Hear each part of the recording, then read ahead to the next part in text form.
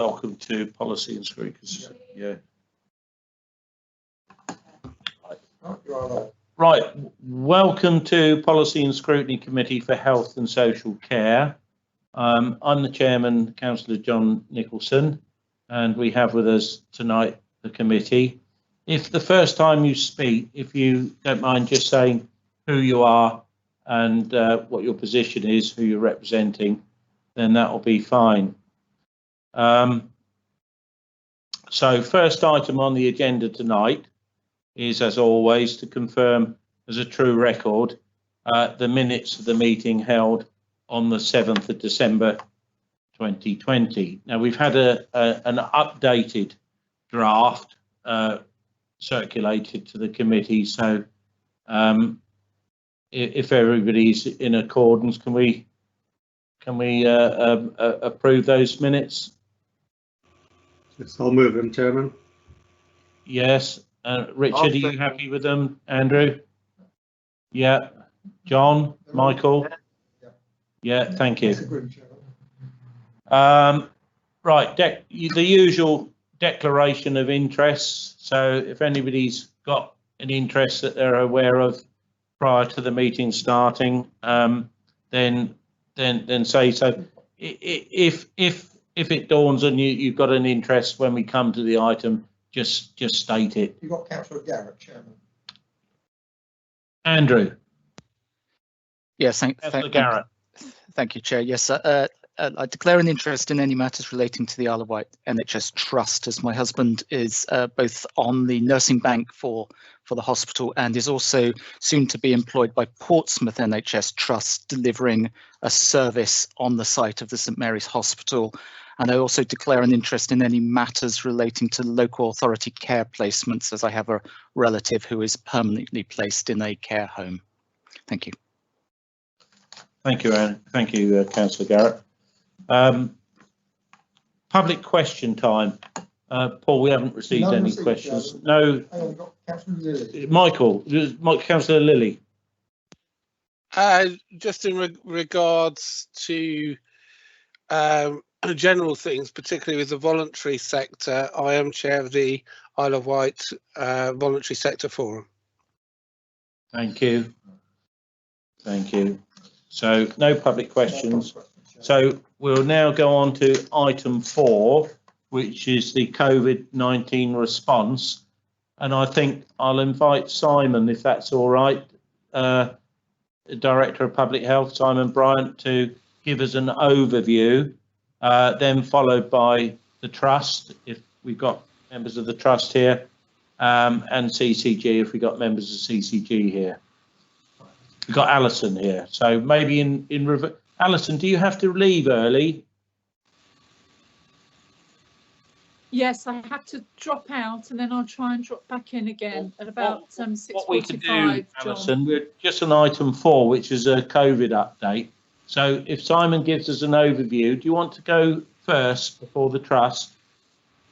I'm happy to, whatever's good for you, John.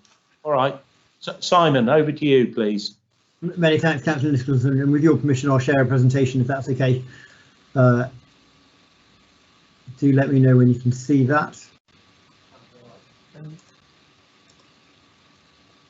Is that on screen? Yes, it is now. Brilliant. I've presented before. What I'm going to do is go through some data. I have a little bit of information on some of the developments in the vaccination programme, but Alison will give much more detail, so I'll go through that very fast and then talk about some of the testing. And as always, committee very happy to take questions.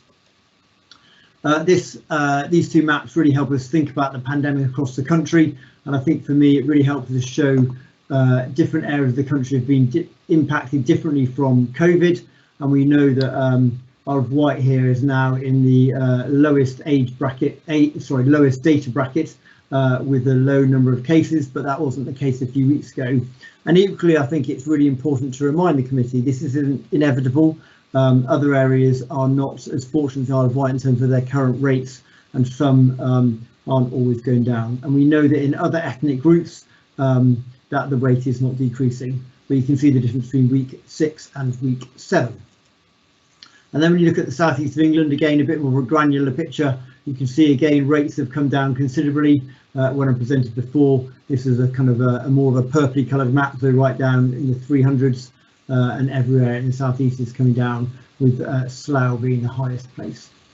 And just again, the R rate is 0.7 to 0.9, for that's the southeast of England. We don't have an R rate for anything smaller than southeast England, and that means that every person infected is infecting less than one, which is really positive.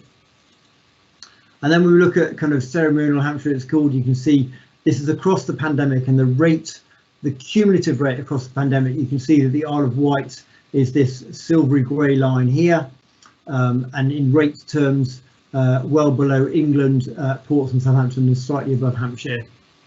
And you can see, you saw that sharp rise in early January when the rates came right up locally, but now they're all flattening off, and whilst it's a cumulative rate, the increase is very much declined, even though we are still getting a small number of new cases. And then when we look at the cases across the pandemic, we can see we've had 6,643 cases from the start of the pandemic, remembering that at the beginning of the pandemic, it was only hospital tests on those who were sick, and then we tested more people, and we can see that wave in January and it coming right down now, which is really positive. So the virus is reducing. Apologies, the data is slightly out of date here. This is the latest version of the map I could get, which shows our local areas. Really, we can see that the rates are coming down across our local area, which is really good for us in general to know that we're in a patch with decreasing rates. And then when we look at our 7-day rates for over 60s, so the dark blue line shows our over 60s rate, and that's really important because those are the people who are more likely to be impacted more greatly by the pandemic and more seriously ill.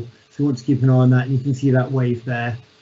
And this is the all age rate, so you can see Isle of Wight here with a rate of 30.3 compared to the southeast at 73, and then England at 170.8. So we look at the 7-day rate because that's a really good way to see how the pandemic is spreading. And then with regard to age bands across the Isle of Wight, we know that different age bands have been impacted, and we can see this where there was a high number of cases across all ages, and it's now coming down, with the kind of 30 to 34 being more highly impacted for a variety of reasons, including those of the people who are more likely to go out to work, and the over 90s again, but that's coming down. So we can see across our age bands the reduction in the disease. And then when we look at the tier monitoring, you can see, apologies, the data's, so this has been old slide, apologies, the data previously showed that rate coming right down. So again, in a very positive position there. With our positivity, again, it's dropped since I've managed to develop this slide to just over 2. So again, our positivity rate is coming down, which shows the pandemic's under control. And we're looking at hospitals. This data is delayed because it's the public data and may not be quite correct, but let's look at the shape of the graph, which is the important bit, with these rates coming right down here. So we can see that the number of people in hospital across our local patch, so Hampshire, Southampton, Ports and Isle of Wight, is all coming down.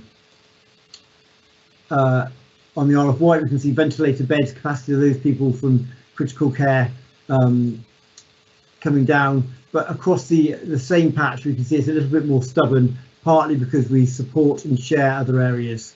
But again, from the Isle of Wight perspective, that is coming right down.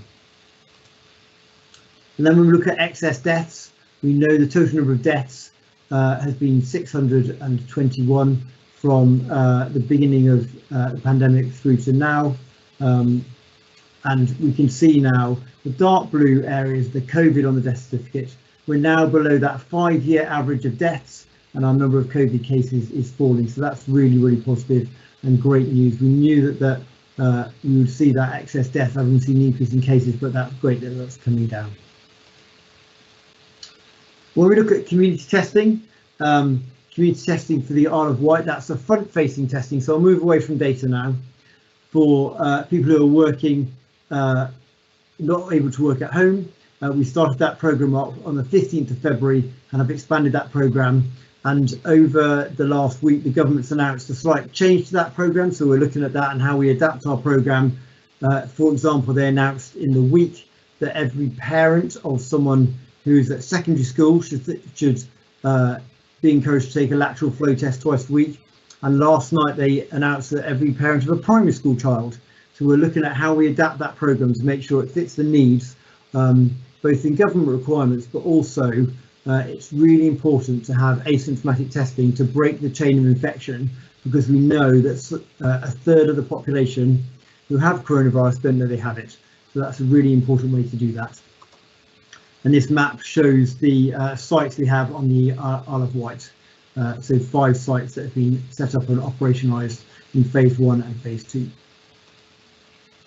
Very quickly, because Alison's much more of an expert on vaccination than myself, I just thought it was worth highlighting some of the programmes with delivering the doses and moving through those cohorts, but I won't talk about that too much. But really important to know we're doing very well, and that's going a really good programme. So we're working through that programme, supporting the NHS in its delivery of that, thinking about inequalities. And we can see some of the inequalities in Hampshire and Isle of Wight here. You can see that I realise they're small percentages, particularly for the Isle of Wight, but it's really important that we think about those populations less likely to take up the vaccination programme and how we support those to take up the programme. And then I know we've done some fantastic work with learning disabilities, most recently a really good programme to ensure that those people with learning disabilities are able to get a vaccination. Very finally, Councillor Nicholson, I will just talk about the government roadmap. It's public information, nothing unique here, but just shows those steps of how we're going to ease out of lockdown. Really important that we think about the evaluation of what's going to happen and what's happening to our rates of infection after each phase, which is why we need a 5-week gap to monitor that, to see what happens, and then in line with government, we will follow their government line on what can happen, because we know as soon as people start mixing and spreading, the virus will spread. So you can see step 3 here, no earlier than 17th of May, we'll start to see more people be able to meet outside. You can stay domestically with somebody else, organise indoor adult sport. And then finally, no earlier than 21st of June, the government hopes to reduce, release of some of those restrictions around social contact, bearing in mind we need to think about that and what we think about for the coming year with the number of events and how people are mixing.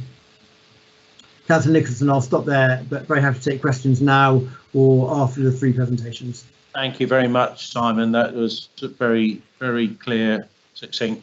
Got a question from Councillor Garrett. Thank you, Chair. Mr. Bryant won't be surprised at my question, which is around that spike that we saw around about Christmas.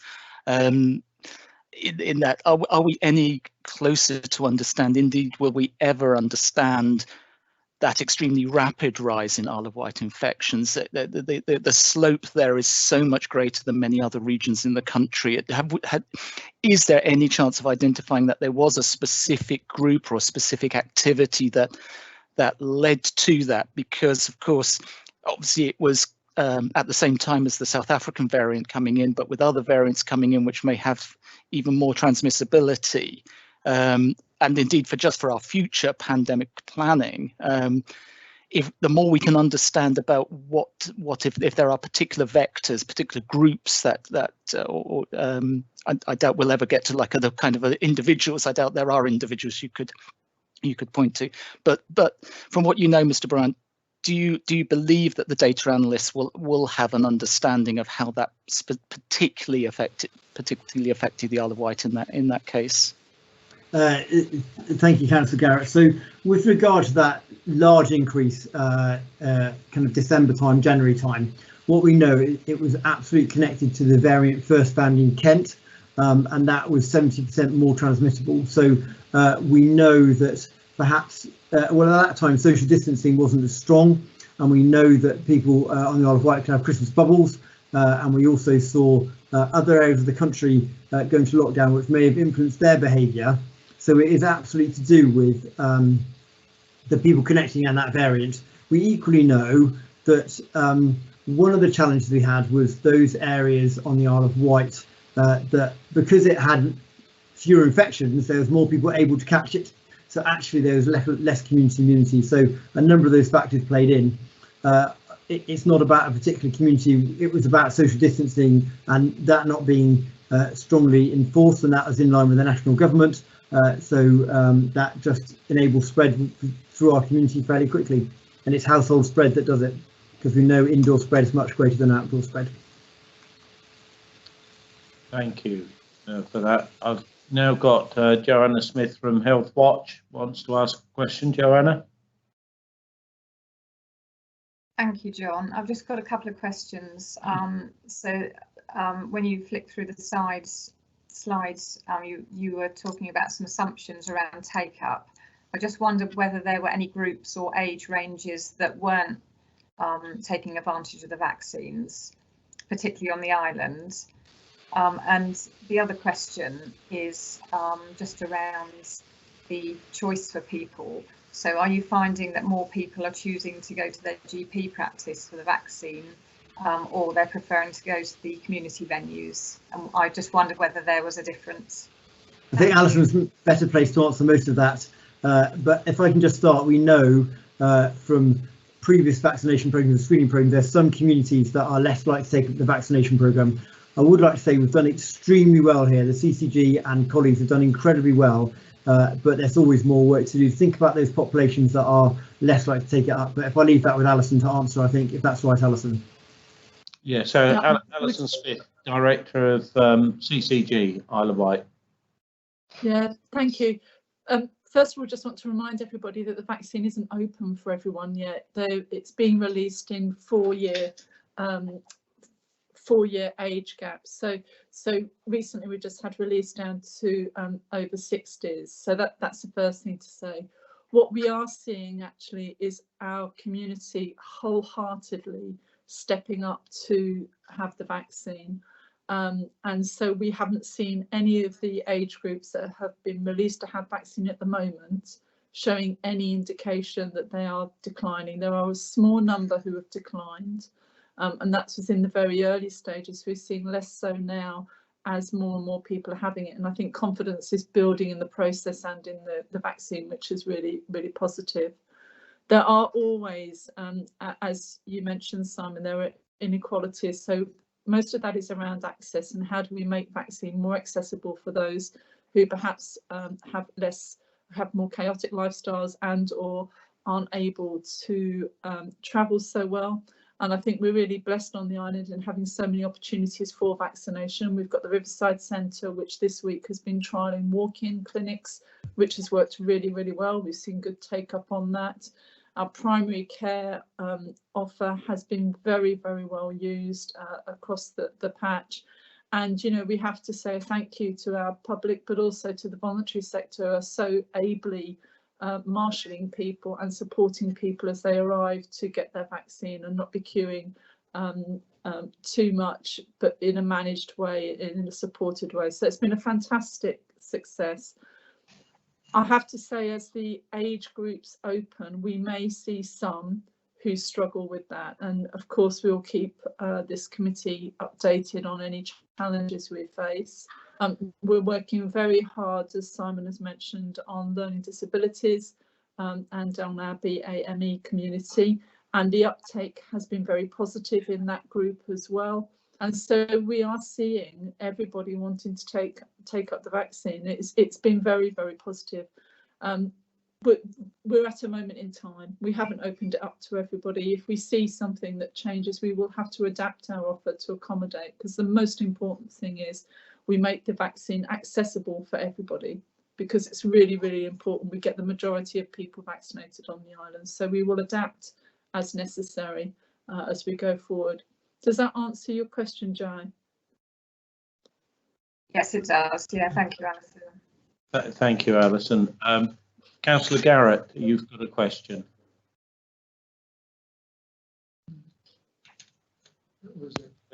So sorry, we already dealt with that. Yeah. Councillor Lilly, followed by Councillor Howell, then Councillor Lilly. Okay, thank you, Chair.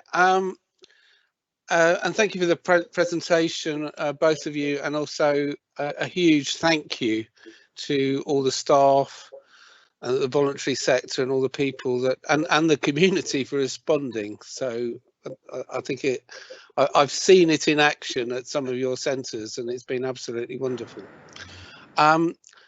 Recently, Simon and Alison, there was on national press some of the expertise saying that there could be a surge, right, within the summer. And I have concerns about this, and I think we do on the island, because obviously in the roadmap, part of it is opening up the island. A lot of our hospitality is now getting booked up post June quite strongly. There's quite a lot of advertising of the Isle of Wight as a top stay vacation. I can't always pronounce that right, but the stay, because more people are obviously going to go on holidays this year in the UK, and I think the Isle of Wight is something like number 6 choice behind the likes of Cornwall, etc. So our economy is very linked to visitors, and I think the concern of the community is, I think because of the experience of the spike over Christmas and that, is that there is a worry that people open up and suddenly we get hit again. What reassurance can you give the community that we can do everything to make sure that this doesn't happen? Right. Councillor Lee, shall I answer that, Councillor Nicholson, with that? Yes, please. Please, Simon. Thank you, Councillor Lee. I think there's a couple of things just to think about there. You're absolutely right. We need to be really careful with the roadmap. That the roadmap is, as I said, we're going to evaluate that and see what's happening with our data nationally. If you look at some of the models, there could be an increase in cases if we're not very careful. We don't manage our easing of lockdown very carefully. Still think about social distancing, which people should still be doing now. And as you say, I'm grateful for the population for what they're doing. Even if they had a vaccination, we still need to think about all those measures. And we're working really closely with the businesses. We are setting up seminars and webinars to help the businesses open up safely, so that actually we do reduce spread and continue to do that. Think about hand hygiene. I think a fantastic story this winter is we've seen such little flu spreading because of all the measures we've taken place. Now, I'm not saying we need to go to that level, but let's think about how we further prevent the spread of infection as we open up the economy, which is, as you say, is so important for the island and for the residents of the island. So we just need to think that really carefully and ease our lockdown very, very carefully. Can I just ask a supplementary question to that, Chair? Sorry? Can I have a supplementary question? Please, Michael. And then John Metcalf, the Chief Executive, wants to come in. You mentioned about sort of webinars and seminars and things for businesses.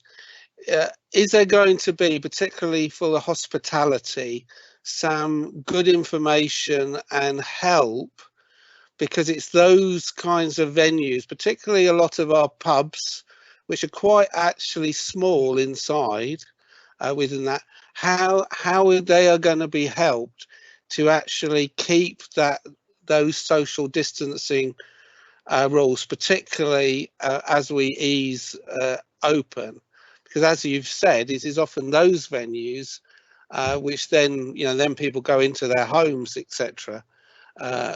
Within that. I just want to know how we're going to really help, particularly our hospitality sector, to be able to manage this and not have a third increase, right, of that. So I'll start with Chief Executive may want to come in on that, and then I can come with further information. Yeah, please, if I may, Chairman. Thank you. Thank you, Chairman. Thank you, Councillor Lilly. I think there are probably 3 stages to the work that we're planning, Councillor Lilly, and the first one is We have a team of COVID support officers that have been with us for quite some time now and are getting much more experience. They've made contact with lots of businesses, and they will continue to make contact with those businesses and are giving them some real practical advice about what they can and can't do. I think what we found after the last lockdown is we found some very good compliance from the great majority of businesses that were working in a COVID secure way. It's in their interests. They want to stay open. They don't want to be closed down for doing things inappropriately, and have been working very, very closely with regulatory services. And we'll continue to offer that support as we move towards the opening of all the services. I think the second thing to say is we are also working very closely with Visit Isle of Wight. And we're working with Visit Isle of Wight for two reasons. Firstly, to get more messages to businesses about what they can and shouldn't be doing. But secondly, also in whatever Visit Isle of Wight says about marketing the island and how it promotes the island, that we're advising people before they come to do all the right things before they come. So if they've got an opportunity to have a community test, take a community test, but when they get here, still to respect the island and respect the population and make sure that they behave in a COVID secure way for as long as they necessarily have to. So I think that we've got the bare bones of things in place that are really building on what we did last time. The final thing, should we need it, and this is within Simon's powers, his statutory powers as DPH, is we do have the ability, should we find an outbreak in a particular location or a particular area, then we have got the ability to take action there. And now we've built up our own testing team, we can do some localized testing and tracing of people and ask them to self-isolate a lot quicker. So I think where we're now a year into the pandemic, we've got some really good tools available that we've built up to help us and help the community in the best way that we possibly can. Doesn't mean, as Simon said earlier, there isn't more that we can do, and we'll certainly look at that, but we have got some very effective tools in place already. Thank you, Chairman. Thank you. Thank you. Thank you, Simon. John. Thank you, Michael, for your questions. Now I've got Councillor Howe. Thank you, Chairman. One question I'm being asked by a lot of people at different times is when they will get the second vaccination. Everybody keeps on about the first one, and they're told by the government it's usually done within 12 weeks of the first one. It has to be done within 12 weeks, but nobody seems to talk about the second vaccination. Everybody talks about the first one. And will we be able to do this, the second one, in line with trying to do the first one as well? Thank you. Alison, can I leave you to answer that one? Yeah, I've got that. So thank you, John. Yes, absolutely. We are planning on the second vaccination. At the moment, the drive is to get as many people with their first vaccination because, as you know, to get some immunity across a wider group of people is the most important thing, because that will prevent people getting severe symptoms from COVID, and certainly in those older and clinically vulnerable groups of people will prevent death. So that has been the drive. Vaccine at the moment is still being released to extend the first vaccination cohort, hence the reason that the vaccine was opened recently to the over 60-year-olds. The second vaccination we're aiming to do, and we're being told by the centre that will be starting to be rolled out from week 11. So 11 weeks from your first vaccination is when we are being told that vaccine will be released to provide a second one.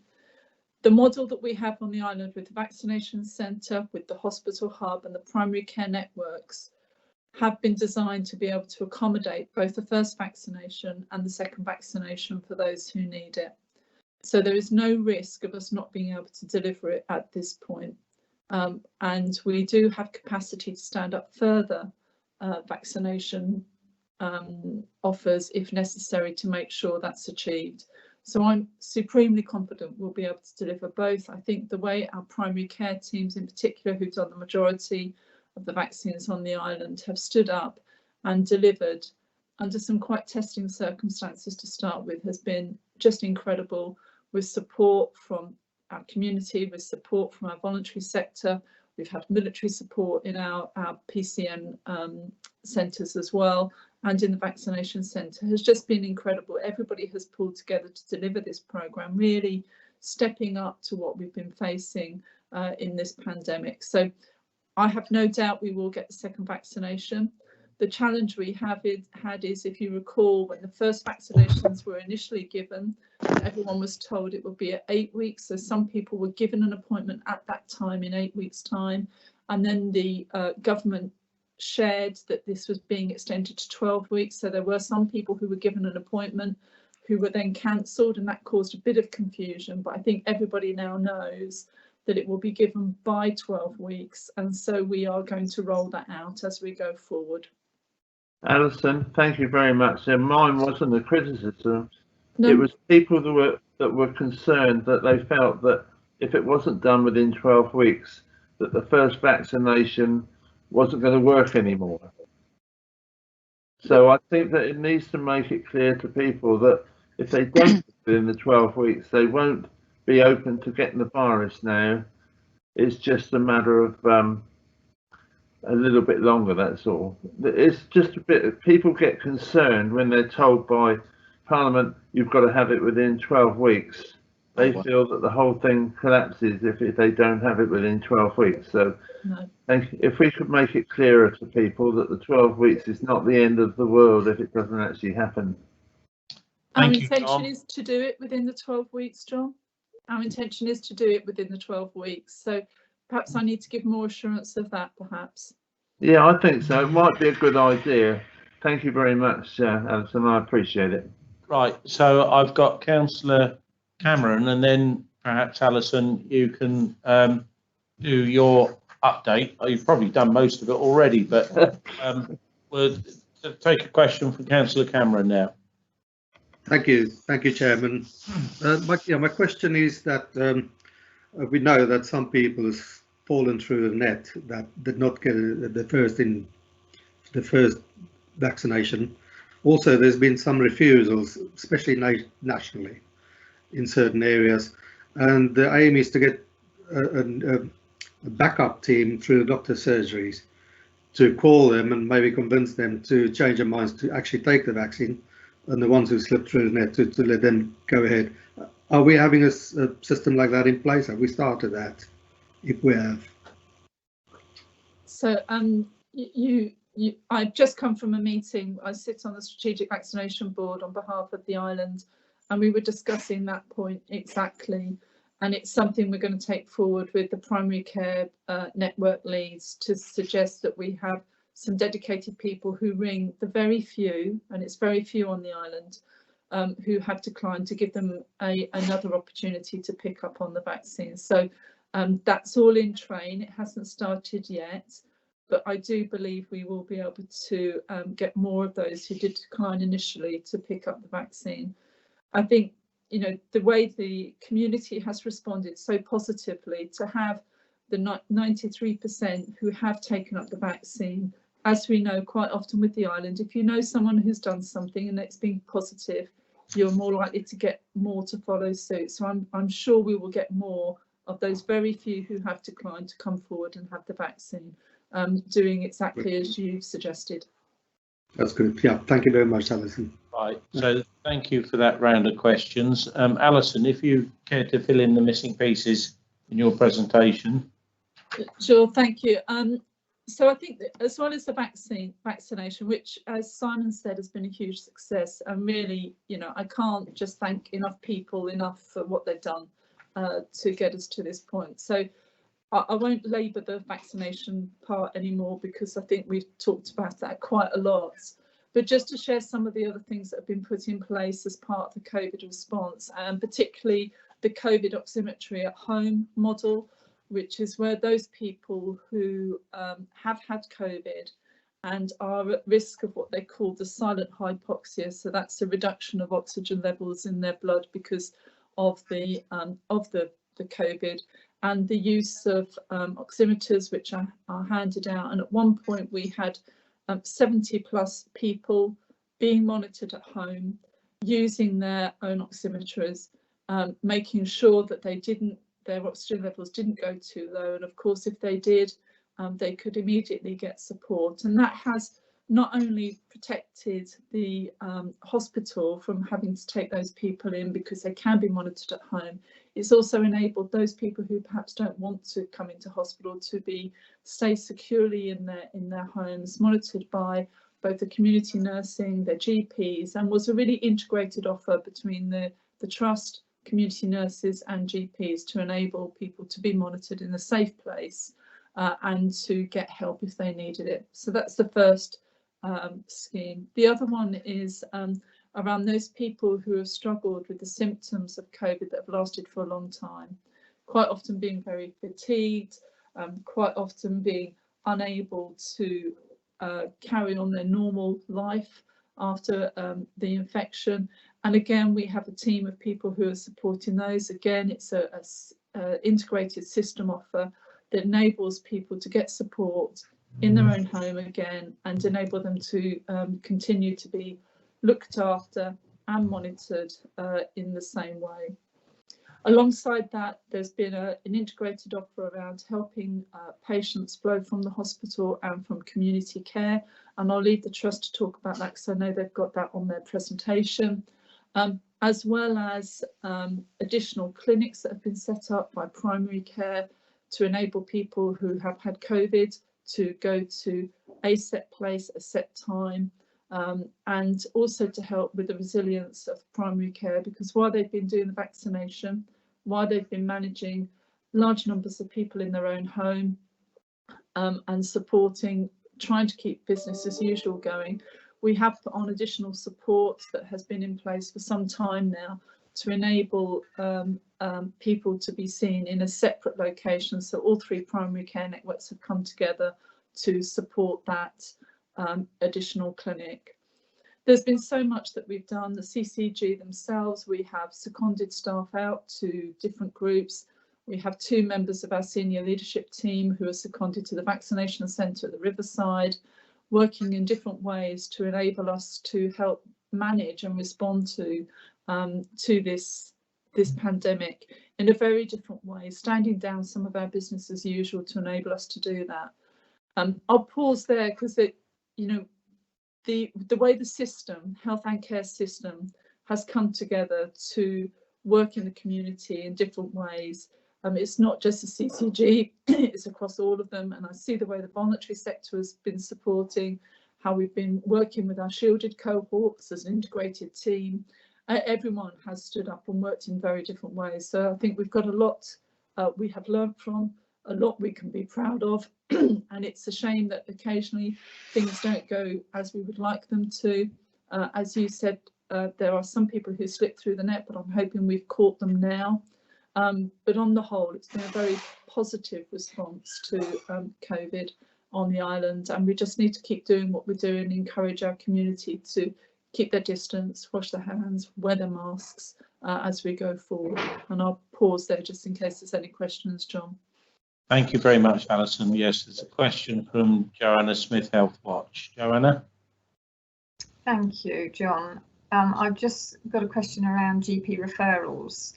So understandably, they're below average, and we're particularly concerned about referrals to respiratory specialists. So I just wondered what support you're giving to GP practices to get the referral rates back up again. GPs haven't changed the way they operate. Referrals are being managed in the normal way. I think what we're seeing is people making a choice about whether they want to come forward or not. And this is a picture that's been seen nationally. It's not just on the island. We have seen our GP activity to return to pre-COVID levels. And in fact, in some cases, over various times, actually increase. So contact is still being made with GPs, but I think what we're seeing, and I know the Trust will talk about this, Claire, and I had an earlier conversation about actually how we support people to take that step. And if you consider what happened in the first phase during the lockdown, which was very strict, we saw a significant decrease in access to healthcare services during that period. I think confidence needs to build up. And so for me, it's not primary care that isn't referring. Actually, people are making a choice about where they attend. And certainly that's the information that we're getting from our primary care networks, and also information that we've got from the trust as well. Thank you. Any more questions? So we'll now move over to the trust. Who's going to talk us through the presentation from the trust? Is that you, Darren?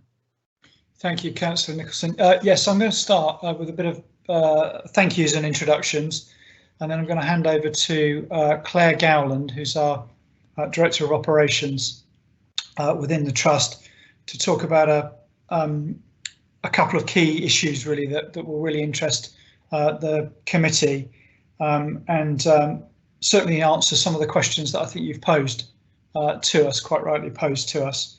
So I think Megan's going to try and share the screen at some stage. So while she's doing that, I'll perhaps just say thank you, firstly for being here. We're trying to coordinate as much of a presentation across health as we possibly can going forward. That's the CCG and the Trust. Hopefully that's helpful. So thank you for being here, but also thank you to the Ireland community for all the support and all the respect for our services, because it's not, without challenge for everybody this period of time. We've worked really well, as Alison said, with partners, and that includes adult social care and all the voluntary sector and everybody else that's made a massive contribution to where we are now. And I think real credit to the Ireland and the Ireland community for where we are. The response has been really well managed so far.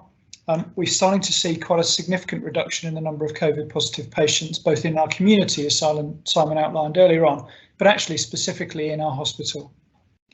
We are seeing a slight reduction in our community services, and that's from the Trust perspective. But as Leslie will talk about a bit later, we are seeing some increased pressure on our mental health services. So I'm sure colleagues will have a question or two when Leslie comes along a little bit later to answer some of the questions. Lots of challenges that we faced. We'll continue to face those, and some of those challenges will be new as we trying to recover our services. And some of the things that we'll talk about a bit later on is about our staff. So how do we ensure that our staff have a recovery period as well as our recovery of services as we go through, given the pressures and the challenges that they've been facing? Our last point really for me is that the partnership arrangements that we've got both on and off island have been invaluable during this period, and they will only increase in value as we go forward. And I'll touch on that a bit later on in the presentation, Councillor Nicholson, if I may. Just really pause there. Happy to take any general questions, but would suggest with respect that Claire just deals with the next few slides, and then we can take some specifics. Yes, please. Over to you, Claire.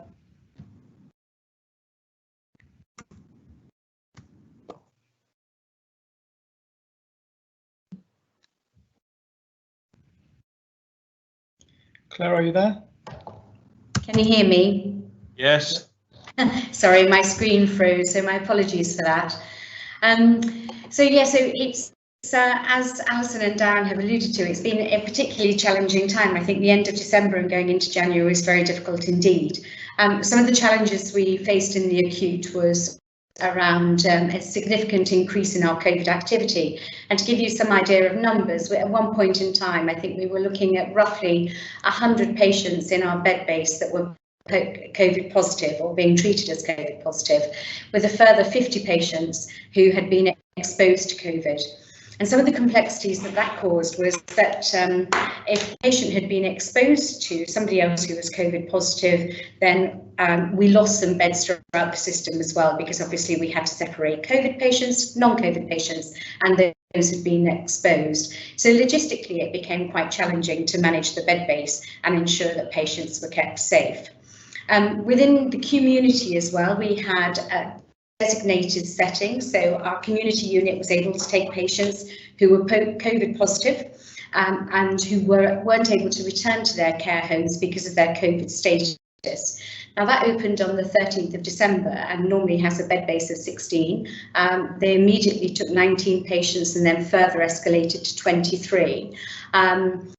But we were struggling with patients who were COVID negative and returning those to the care homes, because as we were in the acute trust were being impacted by staff sickness, then obviously the care sector was experiencing exactly the same. And at one point, up to 40% of the capacity was impacted on in some way in the care sector. Alison has alluded to this, and Darren as well. There has been some, I think, some quite exceptional system working. And if we can just go on to the next slide to talk about the responses. Our integrated discharge team was established right at the outset of COVID, and it's a multidisciplinary team, multi-agency team working across the acute, community and adult social care. We have occupational therapists, reablement services, nursing staff, hospitals, social work team who are all working together to make sure that the patients leave hospital as soon as they no longer need input from the acute and move on to their onward care setting as quickly as possible. Throughout this time, there's been some really strong links with the care homes through the single point of commissioning, and I think that's a relationship that has continued to build over this difficult time. And there's nothing like a common enemy to bring people close together, and I think the common enemy certainly was the virus in this instance, and we were always all facing similar challenges. There was some great flexibility and creativity in making sure that we remained solution focused and completely patient-centred in moving patients safely through the pathways. The community beds, so as I've said, they're flexed up to 23 beds to enable the demand to be met. We also worked with community and CCG to look at expanding a further 15 beds within the acute site if necessary. I'm very glad to say that we didn't have to go into those additional 15 beds. A patient hotel was commissioned by the CCG, was taking up to 20 patients, and that was able to provide a step down capacity for non-COVID patients waiting for packages of care or onward placement. And in fact, they would take COVID patients as well, or patients who've been exposed to COVID. So again, flexibility regarding, so we constantly reviewed the demand and were able to work together throughout the system to come up with the approach that was needed for the time. Within the ambulance service, we saw St John's Ambulance provide support to our ambulance division, and also the fire service able to provide personnel to drive ambulances.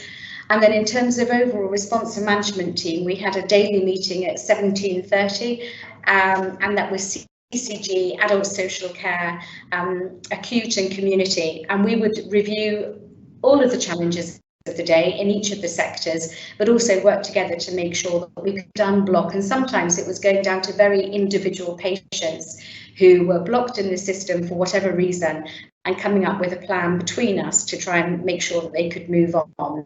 We adapted policies and procedures across the system to support the flow and meet the changing needs, and that had to be done at pace, hence the daily meeting.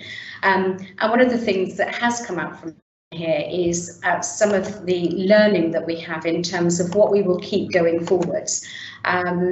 Just to give you a little bit of good news on all of that, so I spoke earlier about the 100 patients and the 50 quarantine patients, and today we're looking at 13 positive patients in the hospital and just a handful of patients in quarantine.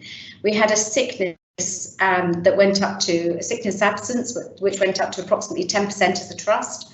And some of the smaller services were having up to 30% sickness within that. We're now looking at 4%, and we're now looking at also switching on and increasing our elective activity. At our worst case scenario, we had 3 wards of COVID patients, and I'm really delighted to say we're back down to 1 ward now with capacity in that ward. So very much an improving picture. The COVID oximetry at home was a massive help to us as well, because we were able to step patients into that space very, very safely. We can continue to maintain a reduction in length of stay. And I think some of the processes that we've put in place across adult social care, CCG, community acute and ambulance, we will absolutely embed for the future as we continue on our recovery. I'm going to take a pause, but happy to take any questions, Chair. Thank you very much. Got Councillor Howe for a question. John Howe. Thank you very much, Chairman. A very quick question. The response integrated discharge team. I think that's such a brilliant idea with so many people involved in a discharge. There's nobody going to fall through the net with all those people attending. Is your intention to go on in the future to still have the same team on all patients being discharged from hospital? Right, yes. Who can answer that, Claire? Yep, happy to do so. So that's very much of our intention. I think this integrated discharge team have provided a lot of support and expertise, and it's got two functions. One is to support our ward staff to ensure that we continue to provide the experience, the education, the skills and awareness to our ward teams to manage a lot of this for themselves. But we've also recognise that the ground that we've been able to cover with this integrated discharge team is phenomenal. So absolutely our intention to continue with that. The reason I asked that, Claire, was that we did have a lot of trouble at one time of people being discharged and the adult service social care were not notified and people were taken home and there wasn't anyone to support them when they got home. So that's great, fantastic. Thank you, Claire. Thank you for that. Chair. Yes. Sorry, my apologies. If there are no more questions, I just wanted to cover off the little bit about GP referrals, which was the other question we had been asked. Yeah. Councillor Lilly, what was the nature of your question, or do you want to ask it now or wait until Claire's finished her? I'll ask it now because it was in particular linked to the discharge, and it sort of slightly links to what Councillor Howe has just said. I've known of some cases where people have had to go to mainland hospitals for treatment, right, or an operation, and they have actually come back with COVID. And they've actually been supported at home with some form of outreach team in their home. And I couldn't see it in your response. I'd like to know a little bit more about that service. I have to say that I've had very good reports about it, where nurses were going in to the families who had COVID because of the discharge from the mainland. I'd just like a bit more information about that. So I think this is the COVID oximetry at home that Alison was describing earlier. Okay. So, yeah, so we were able to use that. It had two functions. It provided some admission avoidance, so we were able to maintain patient safety in their own homes with that regular checkups and remote access. But also, if we wanted to step people down from the hospital who didn't any longer need an acute hospital setting, whether that was on the mainland or here, they could be discharged home knowing that there was some safety netting there and further support with rapid access back into the hospital should they need to do so. Okay, thank you. Thank you. John Metcalfe, did you want to come in? Thank you, Chairman. If I may, I just want to respond to Councillor Howe's point, because whilst we have the integrated discharge team now, I mean, it has been working together for quite some time, and certainly I'm not aware of anyone that's been discharged from hospital recently that hasn't been discharged with a full package of care, and actually for quite some time. So if Councillor Howe has got any examples of that, I'd be pleased to investigate them further. That's certainly not something that I can recall happening now for quite some time, if at all. And I do think we have to be careful as well that there are 4 levels of discharge from hospital, of which only 2 require support from adult social care, depending upon the needs of the person. I think, if I may as well, just to add to Councillor Lilly's question, one of the developments the council did quite recently was to set up what we called a hot outreach team. And this was a team of reablement workers working under Martin Garbutt's careful stewardship, who were focused on supporting people at home that had COVID. So helping people to get home from hospital who had COVID, but get home and be at home rather than get home and go into a residential setting, because always being at home is a much better place for them to be than in a residential setting. So as I say, I hope that clears up those 2 points, but I'd certainly be happy to hear of any examples that Councillor Howe has that I could investigate. Thank you. Thank you very much for that, John. Chairman, I need to come back on what John was saying. It wasn't as I've heard the problem, but when I went round the hospital about a year ago, they were talking, there wasn't any, in the hub, there wasn't any representative there. There was a desk marked for social care, adult social care, but there was nobody present there, and I just wanted to make sure, as it has been raised, that the integrated discharge team, which I was very pleased to read, was something that was new, or whether it was something that's been running for ages, because at one time I've never seen anyone from social care working at the hub. I think what we've been told is that the progress that has been made over the last year has been phenomenal, and if you remember, it wasn't. I think, Councillor Howe, you and I sat in a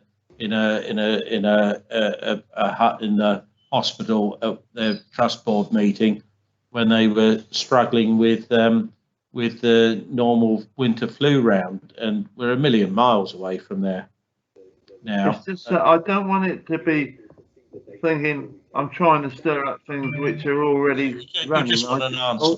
I just wanted to check that it was going to carry on once all the problems. Is that you, Claire, going to answer? Can I come in? Yes, please. Claire, is it all right if I answer that?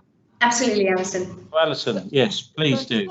I just wanted to give some broader context here, because at the start of COVID, we had guidance sent out by the centre called the HSD1, which was all about discharge to assess, that really enabled us to take forward some of the plans that we wanted to put in place about having greater integration.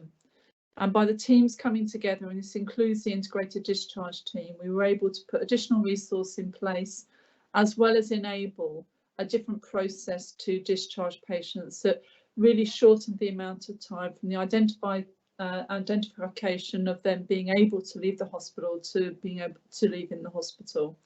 And that was updated in August of this year and enabled us to continue that. So for this whole year, we have been able to work in a very different way.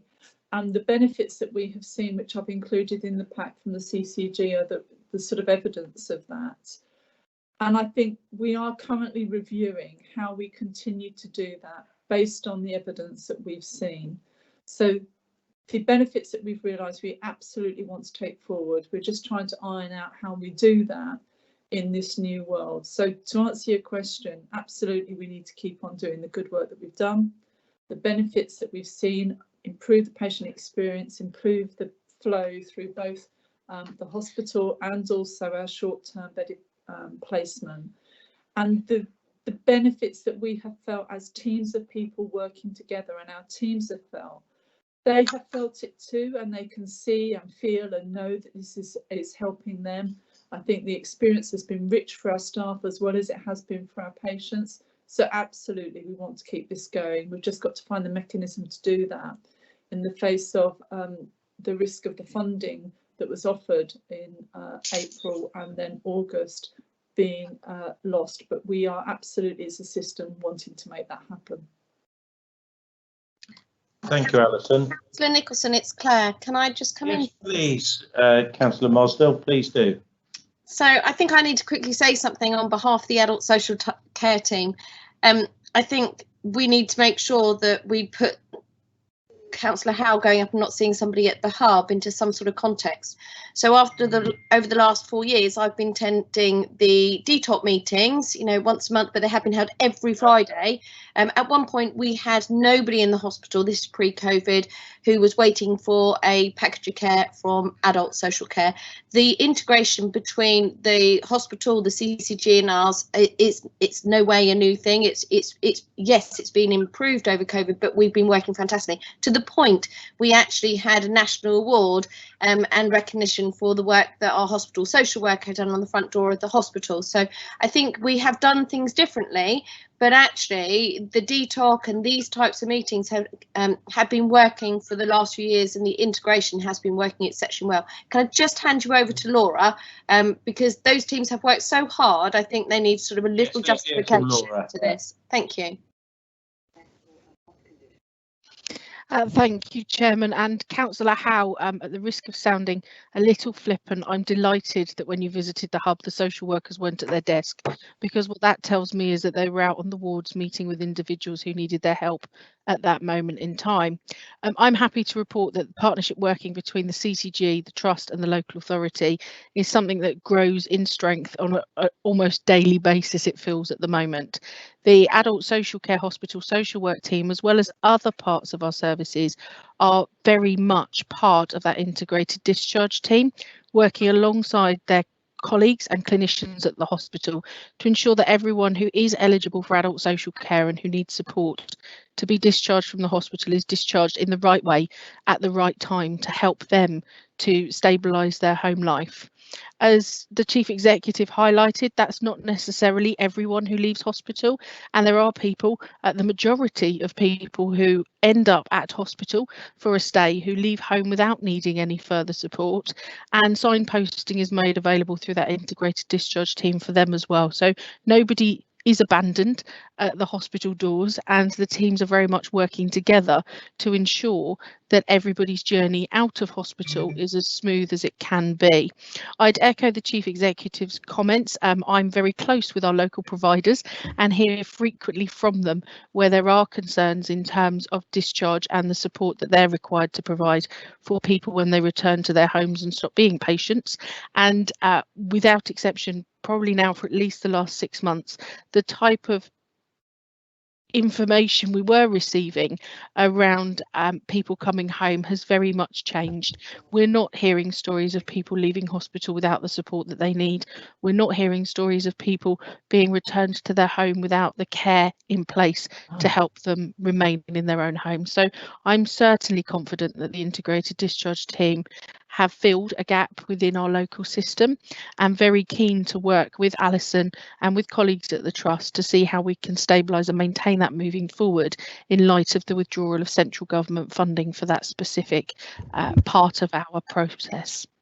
And I see Darren's just endorsed.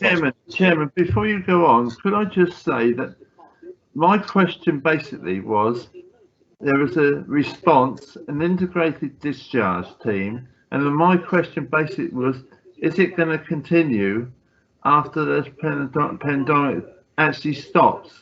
It seems to have blown up with everyone jumping in to try and say we're doing a good job. Well, it's fine, I know they're doing a good job, but I just wanted to make sure that this idea was not just doing this when there's a problem. I wanted to make sure it was John, is it here to stay? I do regret that everybody needs to feel that they have to jump in and defend their areas as though I was attacking each area. I wasn't attacking anybody. I just wanted to know whether it was continuing. And it's going to put people off.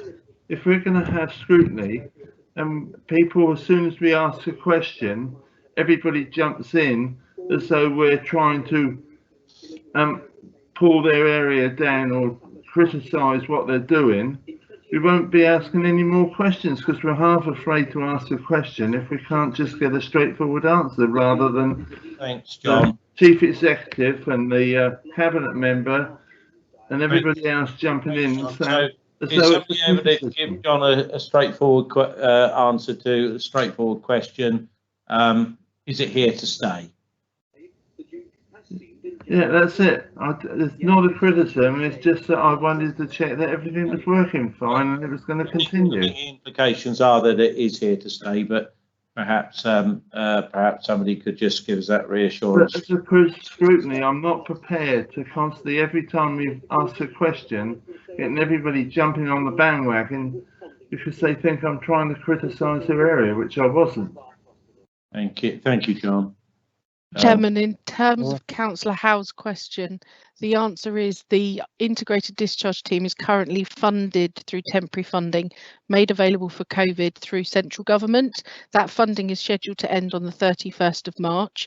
It's the intention of the local authority, the CCG and the trust to work together to maintain that through local funding, if that's at all possible. Thank you very much for that. So, Claire, do you want to pick up where you left off? GP referrals. Yeah, so absolutely. So GP referrals, I'll make this one very quick, but yes, we have seen a reduction in GP referrals. As the slides will show, that wave 1 referrals reduced to approximately 25% of pre-COVID levels, and it took until December to get to about 80% of pre-COVID levels. Wave 2 brought further reductions, reduced to 65% of pre-COVID levels, whilst we have seen a reduction in cancer referrals as well, it's not to the same level. So I think there is some assurance there that patients who are sick are accessing for 2 weeks wait for cancer referrals, but they're still down by approximately 30%. Frail elderly, we noticed that we're not accessing primary care in the same way, and we're coming into ED in quite significantly deconditioned states. Again, this isn't any judgment on primary care services. There's a lot of personal choice that patients were taking in terms of whether they access that care. And certainly when we were looking at elective activity, it was very difficult to get some patients to take up treatments and operations that were off island, but even the ones that were being run here. So a lot of assurance is being given, or reassurance I should say, by the teams with patients. We are seeing an improved position in terms of access, but I think we'll have to come out of this wave a little bit more to really see the full extent, but an improving picture. Okay. Right, we've got two people asking, waiting to ask questions. Councillor Lilly and Joanna Smith from Healthwatch. So, Councillor Lilly. Thank you. I want to, in particular, you've mentioned mental health, and you talk about referrals anticipate to increase. And in fact, your colleague right at the beginning spoke about the staff and the staff needs. So just two bits to my question.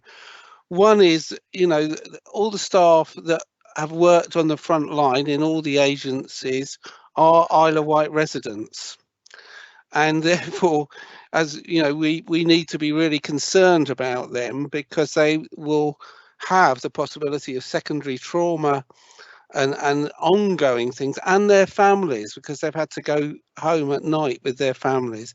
So I particularly would like to know what is going to be plans to look at the long-term needs, mental health needs of all the staff, in the public sector, and in fact the voluntary sector and the private sector that have actually been on the front line, people working in care homes, etc. as well. And then my second question is for the overall population, in what we're going to put in place for them as they have to come out, because I think there are particular effects of the third lockdown and the longevity of being in lockdown, and the effects on people. And I'm actually seeing it in my own residence. A lot of people, particularly living in flats and everything, are really struggling now with their confines in this last period. So, one, that all the staff on the front line workers, and second, the needs of the overall population. Thank you. Thank you, Michael. Councillor Nicholson, should I try and pick up Councillor Darren? Of course. Yes. Yeah. Thank you for your questions, Councillor Lilly. Can I ask you to consider whether I've answered them when I present the next couple of slides, particularly on the staff one? Let's come back to that if I haven't. And as you may know, we've got Dr. Leslie Stevens with us this evening, and she's got a couple of slides on mental health, and I think she'd probably be better placed to answer that sort of longevity and impact on mental health as we go forward. And I suspect John and colleagues from the council may want to comment on housing and other associated things, if that was where your question was heading. But I just thought I'd signpost the next section. Okay. Do you want me to go on, Councillor Nicholson, or shall I pause for Joanna's? Just ask, Darren, we've got Joanna Smith from Healthwatch. I think, Joanna, is your question pertinent to the moment? It's relating to the trust presentation, yes. Okay. Do you want to ask it before Darren continues? Joanna? Yes. Yeah, if Darren doesn't mind me interrupting. Of course not, Joanna, no. Thank you. I just need to go back to GP referrals again, and whether any work's going into this to look at why the referrals are lower. So I'm certainly not saying that GPs are deliberately not referring people, but if people are not accessing primary care, then is any work being done to look into why they're not? So is it, you know, we know there's a problem with people accessing primary care through telephones, you know, across the island, not all GP practices, but certainly some. And we know as well that a lot of people are very reluctant to access healthcare because of the risk of COVID. So I just wondered whether there's any kind of collective work going on just to look into what the barriers are and what can be done to give confidence to people to get back, you know, so that they can be referred and receive the treatment they need. That's a great question, Joanna. I think through you, Councillor Nicholson, I think Alison wants to come in. Alison? Yeah, I think there's a couple of things to note here. We have seen more media coverage encouraging people to come forward and not use healthcare services, and I think that needs to continue, absolutely. So I think that's the first point. I think the second point is, as people get confidence, and I think the announcements Boris Johnson made last week will give people confidence about we're now coming out of this, which I think is really, really important. Michelle, can I bring you in here about what's actually happening on the front line to help support people who need to access services, and then we'll wrap up. Is that okay? Of course it is. Hello everybody. I think over the last year we've gone through a quite major change in lots of different areas, and particularly with COVID, obviously people's reactions to that are multitude, and they spread completely across from fear to concern, and obviously from suffering from COVID, and that has an impact on how people present to our services and to all services. However, we're very mindful that we have a complete cohort of people that need to access our services. So we're very mindful of young people that have suffered terribly during the last lockdown, and so we're very much offering online support for them with their mental health, online support so that they can access GP surgery via a user-friendly service that suits their needs more. But then we've obviously got a group of people that are working, that are very stressed with lots of different areas of their lives, with homeschooling to not being able to see their relatives. And we offer them support by video conferencing, by offering services at the weekend. And then obviously we have our older cohort of patients where we're very mindful that they may not have digital access, but I would really like to be reassuring everybody that actually lots of our older people are very digital. I today have answered, I think, 5 e-consults, which is like an email from people over 75 that are emailing me, asking me for advice. But we're also very mindful that there are older patients may have things like a hearing impediment. I've spoken to somebody on the phone today via their son because they've got quite marked deafness, and we're booking them in the next day or so for a face-to-face consultation. So I think people should be reassured that we are very mindful that we've got a full spectrum of people out there that need different ways to be able to access all services, but obviously I'm particularly interested in primary care services. And I think that there will be a reset and there will be different ways of working, but there will always be a need for face-to-face. So I do hope that people are reassured that we're very much mindful of that and working towards that. Thank you for that, Michelle. We do have this on our work plan as well to look at. So good point, Joanna, and thank you for your positive response, encouraging response, Michelle. Crikey, where do we get to? I think Darren, you were going to continue. Thank you very much, Councillor Nicholson. If we could just flip to the slide 7, Megan, please, if that's possible. That's the one. So just a few things to say about staff absence and support. So 3 major themes really for us. Our staff have worked incredibly hard, as have every member of staff and our wider community over this period of time. We've seen, as Claire said earlier on, a peak in January of almost 10% of our workforce being absent through sickness or associated reasons. That's almost double, or in fact just slightly over double, our normal level of sickness. So some significant challenges that we faced as an organisation to ensure service continuity. What we've done is work really hard with the operational and clinical teams on a daily basis to get some visibility of the absences and to ensure that we've got cover. So our cover has been through a number of different ways. The first is that our existing staff have been asked, and they have been incredibly willing to cover other staff absence.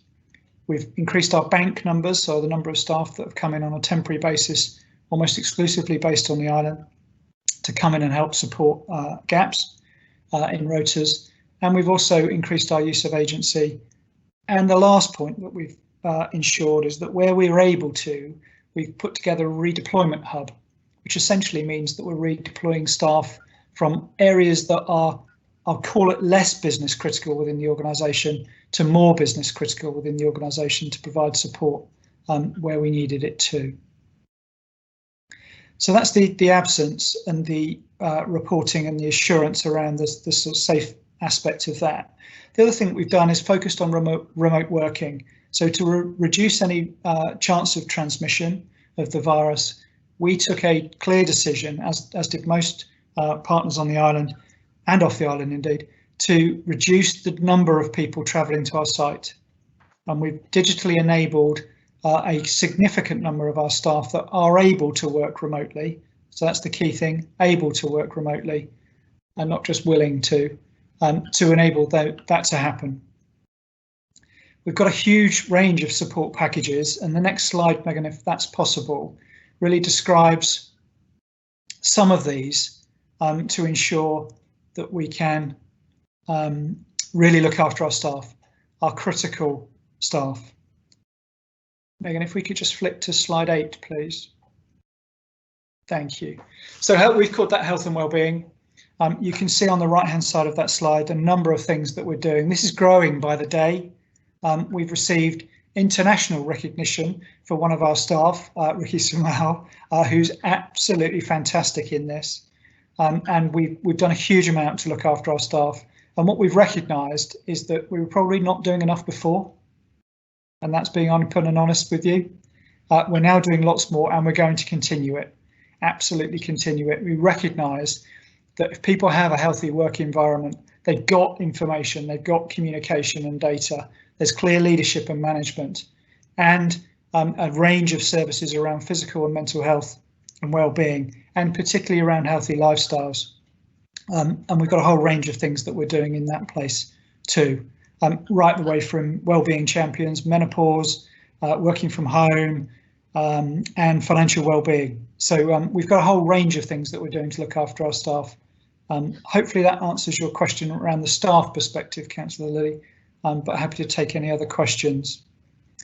It rolls neatly into the mutual aid, which is the next slide, Councillor Nicholson. I'm conscious of time, so I'll press on if that's okay with you, but please tell me to slow down.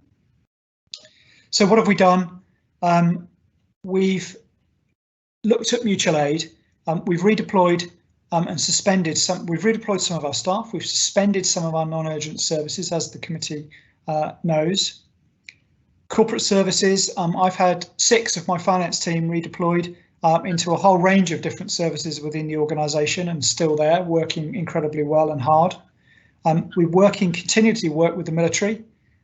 We've had a whole range of additional support from the military, and as Alison said earlier on, they're not just in the vaccination and the PCNs, but they're in the trust, and they're particularly focused, and I won't want to reopen the debate around discharge, but they're particularly focused on supporting the system around discharge.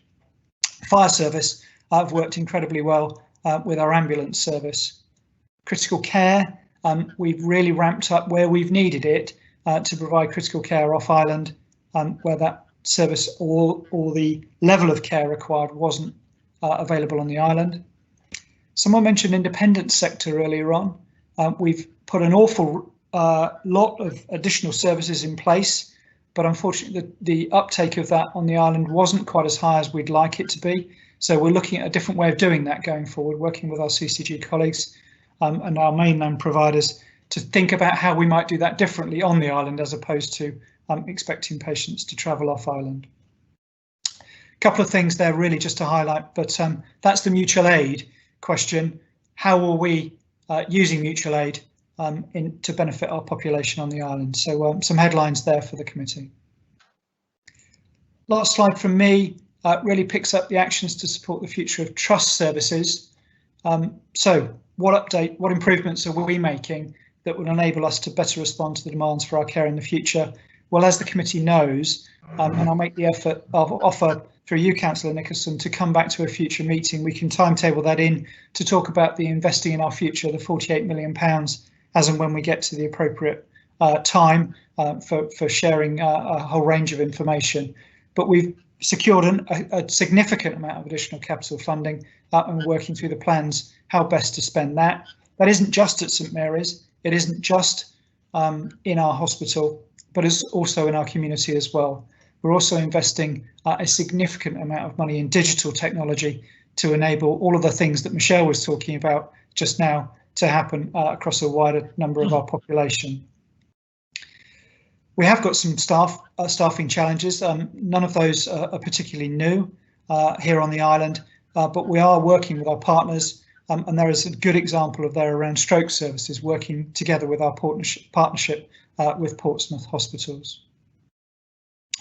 And I think the other thing, just to say, the work with our strategic partners is we're also looking to strengthen resilience, and urology is a good example of there. And again, we're working with Portsmouth on the strengthening of urology services here on the island. I think I'll pause there, Councillor Nicholson, if I may, and before we go into any depth with mental health, and I'll invite Leslie to speak shortly, but happy to take any questions now. Thank you very much, Darren. And we've got Councillor Garrett.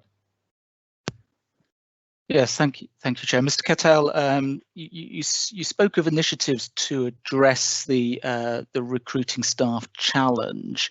How confident are you that those are going to yield the kind of success that's going to be necessary to ensure that the trust is not constantly going to be under staff stress and looking to always having to look to bank and other sources.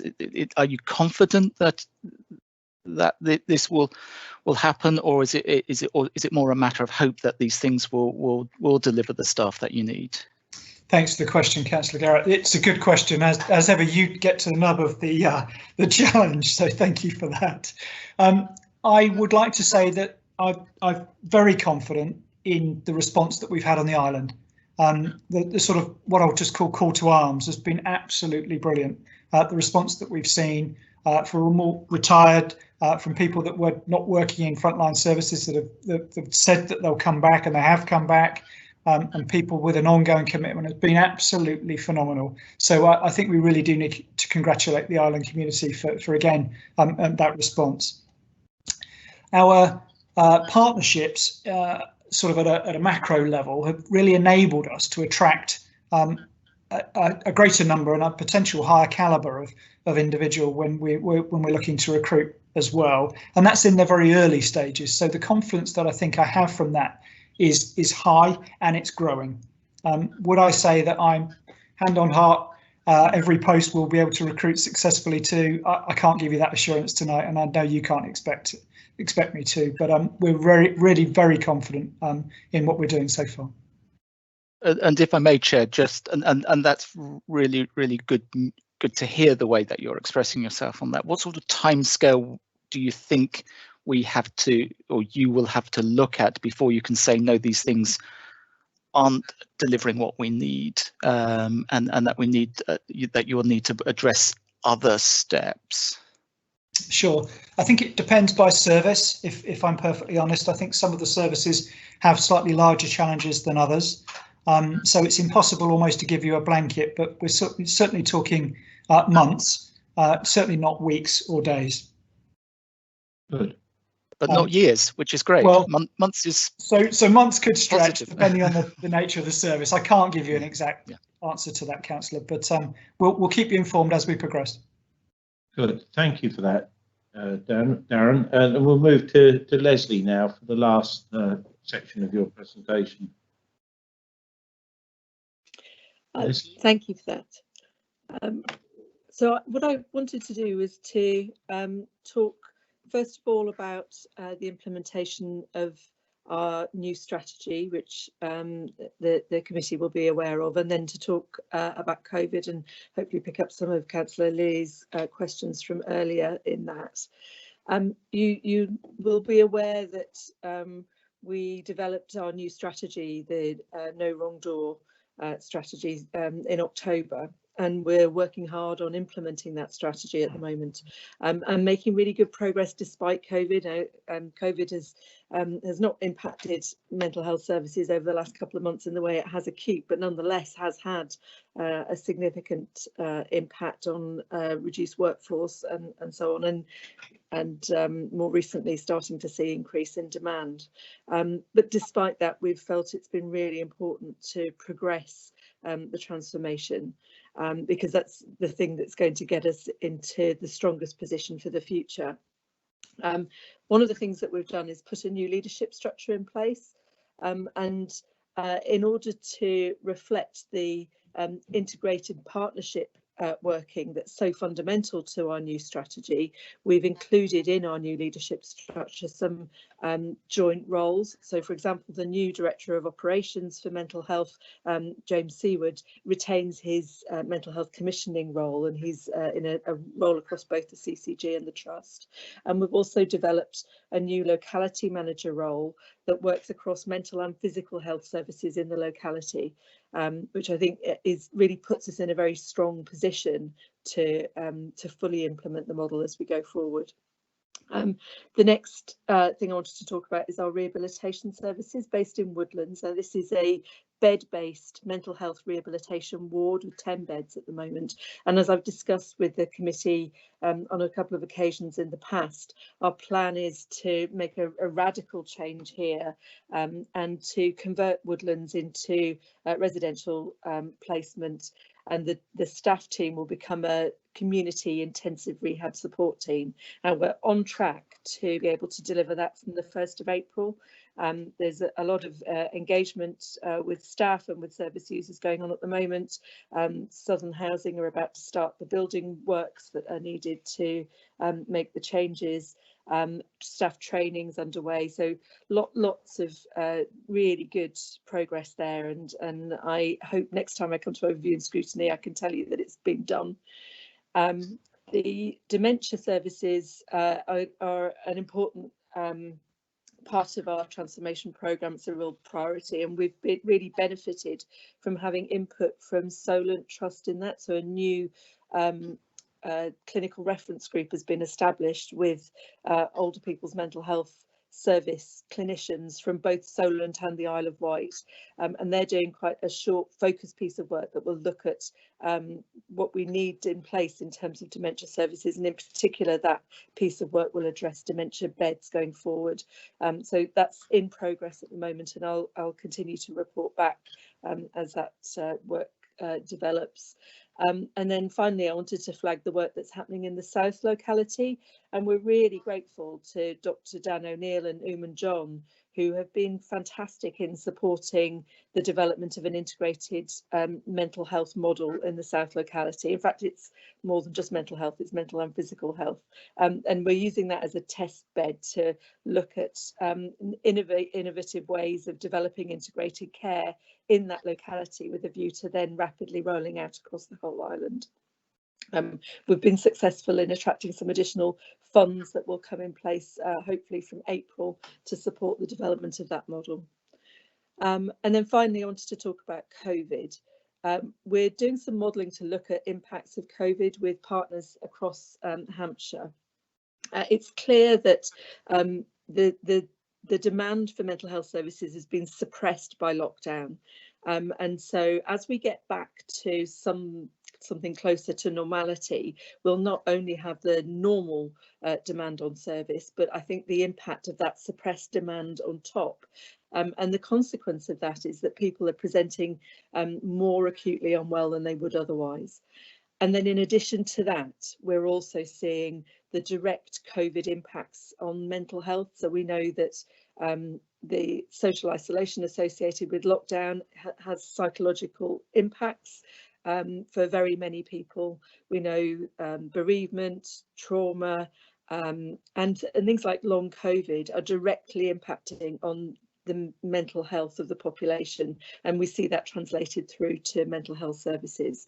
And then of course, in addition to that, we will also see the socio-economic impacts on mental health, and we expect that to be a much more enduring impact over the next few years.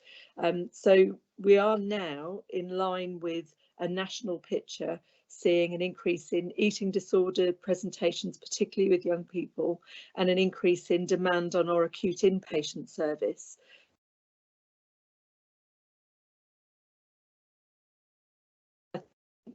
It's difficult because our units are so small and the numbers, you know, it's only a small number. But when we look at colleagues across the country, there's so I think it's very likely that the increased pressures that we're seeing on the island are directly linked to COVID. So that was all I wanted to say. Now, happy to answer any questions about it. Thank you very much for that, Leslie. And we got Councillor Lilly. Thank you for that, Darren, and thank you, Leslie, for your report, and thank you for the work that you do. I will hold you to Woodlands for the 1st of April. You'd expect me to. It's been a long time coming. I've got two. I think I need some reassurance about one particular. On one hand, I do agree, you know, fantastic with the leadership change, because that has been an issue in the past, and I go with that. But we have a sort of poacher and gamekeeper scenario here, because you're actually putting the operations and commissioning together. Normally, you know, poacher and gamekeeper don't go well together, and we do. So I have mixed feelings about it. So I'd like some reassurance that there is some due diligence and protection of this, because when you're actually commissioning something and then you're actually putting in operation, it can get very blurred, and we've had this in the past in things. So I'd like some reassurance about that, and I think it will be good at another time to actually have a presentation of the localities. I don't know whether that, John, that could go through in that, because I think that is a very important step, and as you know, I support the whole concept of localities, but it'd be good to see the results of what's happened in the south and the outcomes regarding that. But my main concern is this poacher and gamekeeper question. Leslie, so I don't think I'd regard James as either a poacher or a gamekeeper. I think there are a few things I'd say. First of all, we've worked incredibly closely with James when he was the Mental Health Commissioner. That was his sole role, and with his team. And really, we've worked in a very blended way between the commissioning and provider team. And we've reaped enormous benefits from that. I don't think we would have delivered the strategy in the way that we have without working in that way. And what's come through the strategy becomes the service that is commissioned, because we're not we haven't operated with a provider commissioner split, which actually I think causes more difficulties than it solves. I think that it's also a model that's been used elsewhere, and interestingly our partner on the mainland, Solent, have for many years had exactly this model and really benefited from joining up the planning around mental health commissioning and provision. And I think the checks and balances are really important, and I think Alison's put her hand up, and I think Alison and I have talked a great deal about this, and James reports to both of us. We recognise that there may very occasionally be some conflicts of interest. It's interesting how infrequently that would happen, and when we talked to Susanna Rosenberg, who's the person who's taken this dual role in Solent, she said it's very, very infrequent that it would be an issue, and if it were, then it really comes down then to Alison and I to work together to make sure that we put the right governance in place to ensure that any conflict is addressed in an appropriate way. We've not come across that in recent years. I see only benefit of us really benefiting from all of the skills around planning that and transformation that sit in the CCG, combining that with being able to deliver through our operational services. And I think particularly when we're operating at such a small scale, the coming together and integration across everything that we do is really vital to our success. Thank you, Leslie. Thank you. And James is well known to this committee. We've been speaking with James for years, and I think we have quite a high regard for him. So, but nevertheless, it is a question that I think that should have been asked. So, well done, Councillor Lilly. We've got Alison. Did you want to make a comment on that? Yeah, I just wanted to provide the assurance that in the new world that we're working within, where I think it's fair to say in partnership working, the role of the commissioner and the provider does get blurred, and rightly so, because in essence, what we're trying to do is to focus on the needs for the community, to work with the services to transform appropriately and to support that transformation. Because essentially part of the CCG's role is to make sure that the needs of the community are met, and we commission those services to enable that to do that. I also think it puts us in a place of joint accountability for the delivery against that.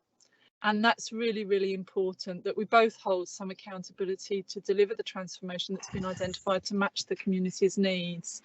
And we've moved a long way from the poacher model, Councillor Lilly, some time ago, and would want to continue to do so. It is just so important that we join forces for what's right for the people of the Isle of Wight. And I think what you're hearing is a really big step forward to do that. And really using someone of James' calibre is exactly what we'd want to see in other models, to be fair. and you have our full support. It doesn't take away from the fact we need to be transparent. We need to look at the plan. Are we delivering against the plan? Are we seeing the activity that we expected to see be delivered? That would happen anyway, but we do that together. It's not a case of someone does it and then hold someone else to account. We are jointly accountable for what the island's needs are and to make sure we deliver those services for it. So I just wanted to sort of reiterate the point that Leslie has made and to share with you, we are in this together. There is no separation. We have to deliver this and it's the right thing to do, and that's exactly what we're going to do. I think you're right, Alison. We've moved an awful long way, way before your time. This would never, ever have been encountered, such cooperation at such a level. So I think, you know, we've got to just look at where we've come from, and this is fantastic news. So can I just respond to that, yes, John? please, Michael. In a sense, music to my ears. I'm glad in that direction because, as you know, I was an advocate of bad commissioning, which did happen in the past, and actually there was that split between the two. So I'm glad that you're moving from poacher gamekeeper. And with that, and I look at the end of the day, it's the outcomes that are important. If you have good partnership between commissioning and good operations, you get good outcomes. If you don't have that relationship, you get bad outcomes. And this island did suffer from bad outcomes in mental health services in the past. So I'm glad that there is that partnership, but I will still hope that this committee keeps a watchful eye on it. Yeah, we will, Michael. So, Councillor Garrett. Yes, thank you, Chair. There's no doubt at the moment we are a planet in crisis, a human civilization in crisis, but there'll be a point when we are a planet and a nation and an island coming out of crisis. And for mental health, obviously, it's extraordinarily important to have those services in place for those people who need very particular services. But I'm thinking more generally, society. What do we know about how societies emerge from crisis and the kind of broad societal sort of support that's going to be needed to help people deal with sorts of things? It's okay for people like I have anxiety. Beta blockers are helping me get through things, but I know to some extent that I still think back on that first lockdown, and there's almost those feelings of guilt that somehow you weren't able to do something and that you weren't able to control it. You weren't able to see loved ones, which I found myself in the very difficult positions if I can speak personally about that. But generally, are there sort of things that we might expect to generally see in amongst the population that we can help from a community leadership point of view to support people and say, actually, you know, it is okay to feel a little bit guilty, but it is okay to play. It is okay to feel it's not necessary to go to see particular levels of support, but here are the sorts of things that you can be doing. A sort of public health campaign just about how you become more mentally content and stable and whatever. I hope that kind of makes sense, but it's for those massive people who aren't going to need these acute kind of services and maybe chronic service provision. Yeah, it absolutely does, and Simon Bryant and I have been having conversations about exactly this, and I think there's no question that rates of anxiety, depression, eating disorders, various other mental health problems are increased as a consequence of the pandemic, as I said before. But it's also true that it's not affecting everybody in the same way, and that there are some. It's hard to describe it really as benefits, but I think the discourse about mental health is so much more mainstream now than it has been, and I think the discussion about self-care and about managing well-being, I think is accepted as normal now in a way it really wasn't not that long ago. So I think those things are helpful. I think the impact on young people and children and young people is something I think we need to have a particular focus on, and the impacts not only of the social isolation, the impact on their development, their social development over this period, but also missing school for such a long period, and sadly for children who are living in less than functional family homes where they've not been able to get some reprieve from that. I think we'll see the impacts of that, absolutely, but that's a generational impact potentially, isn't it? And so I think a real focus on children and young people is really vital. We're in a good position on the island in that the last few months we've launched our mental health support service, which is based in schools, and that's a collaboration between our child and adolescent mental health service in the Trust, Bernardo's and the Youth Trust. And they've recruited and they're training staff who will work as mental health support workers within schools. There would be educational support workers is their title, and that's a really new model. It's been tested in various places to good effect nationally, and it's the first time we've had it on the island. I think it's really timely for us because it gives us an opportunity to respond to that need that undoubtedly is coming down the line. We've had meetings on this to discuss this before, Leslie, but I think it might be a good idea to, if we can liaise and set up an informal meeting to look at this subject as we're hopefully coming out of COVID. Yeah, absolutely. Yeah, good. Right, we'll move on now to section 5, which is update on key issues with health and social care. And first on the agenda, item A, is the appointment of 3 new locality home care providers. And I guess that's Laura going to talk on that, is it?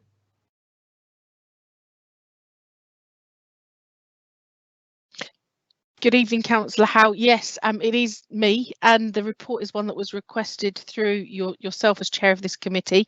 Hopefully, committee members have had the opportunity to review the report that was submitted for the papers, and I don't propose to go over the report in any great detail, just to draw attention to the fact that following a robust procurement process that was essential as a result of contracts expiring, we've successfully appointed 3 new locality providers for home care. We've seen a change in the way that we've commissioned services, and I was delighted to hear Councillor Lilly referencing outcomes in his earlier question, because the main drive for these new contracts is around outcomes for people of the island, and focusing specifically on a move away from that traditional time and task model of care and support to one that's truly personalised for the individual. I'm happy to take any questions that the committee have in relation to the contracts, in relation to how we're securing care and support for people in their own homes moving forward, or in relation to the tender process itself and how this new service was designed in collaboration with the independent sector on the island over the past 24 months. Councillor Lilly, did you want to ask something on this? Yes, I did. With that, thank you, Laura, for that presentation.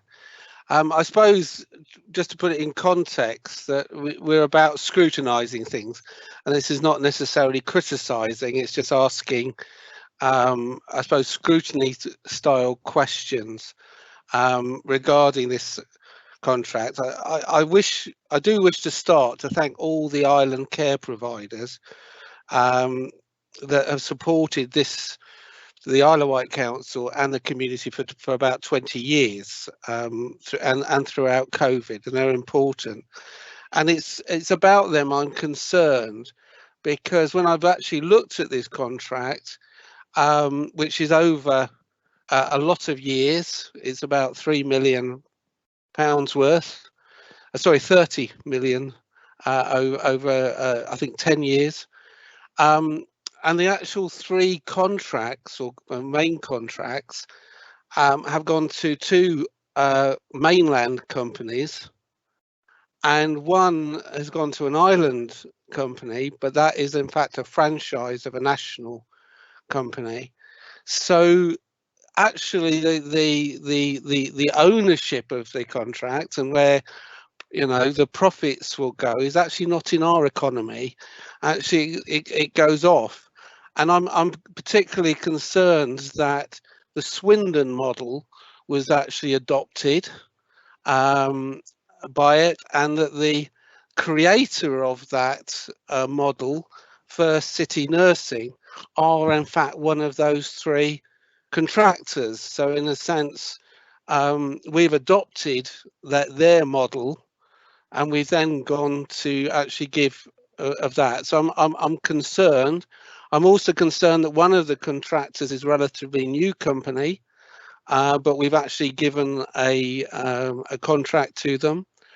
I'm concerned that about at least 4 or 5 island companies that have provided services are now owned by those companies, so they're actually being sort of bought up. I'm concerned about the recruitment disruption island-wide, particularly the difficulty that we've had. All our providers have had to go through the last 12 months of COVID and all the trauma that is concerned. So I'm not clear who the subcontractors are actually going to be.